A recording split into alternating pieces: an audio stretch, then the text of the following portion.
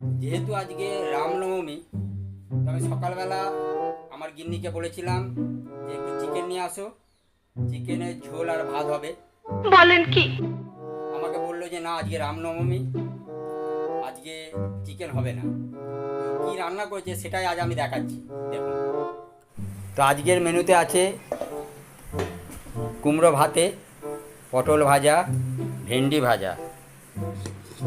এটা তো ভাত আছে, এখানে কি আছে দেখি। আলু দিয়ে ডিমের তরকারি। চিকেন খাওয়া যাবে না, কিন্তু ডিম বোধহয় ভেজ, জানি না। ডিমের তরকারি খাওয়া যেতে পারে, ঠিক আছে। খুব কষ্ট যে বলো, থালা দিয়ে দিয়েছে, খাবার দিচ্ছে না। শোনা গো আমার, কি করে বলো। তো এই হচ্ছে আজকে আমাদের মেনু। খুব অন্যায় হয়েছে, শাস্তি হবে। এখন ম্যাডাম পুজোয় ব্যস্ত। নকুলদানা থাকবে, পাচন থাকবে, মানুষকে ভালোবাসা থাকবে, আদর থাকবে, সোয়াগ থাকবে, মানুষকে জল দেবো, নকুলদানা দেবো। এই হচ্ছে আমার বউ, যে খেতে খেতে মোবাইল,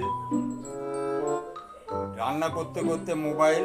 আর এখন দেখুন, এখন পুজো করতে বসেছে, দেখুন। মোবাইলটা বলতেই যে মোবাইলটা এখানে রেখে দিল টুক করে। পুজো করতে করতে মোবাইল, মানে ভগবানের প্রতি যে নিষ্ঠা, ভগবানের প্রতি যে ভক্তি, সেই ভক্তিটাই নেই।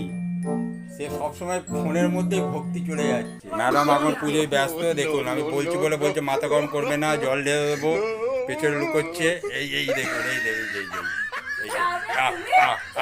মারছে, দেখুন মারছে বন্ধু, সুটিয়ে লাল করে দেবো, নোংরামি বার করে দেবো। মারছে, ঠিক আছে। রামকে মারছে, রাম থাকবে, রামের ওপর টর্চার।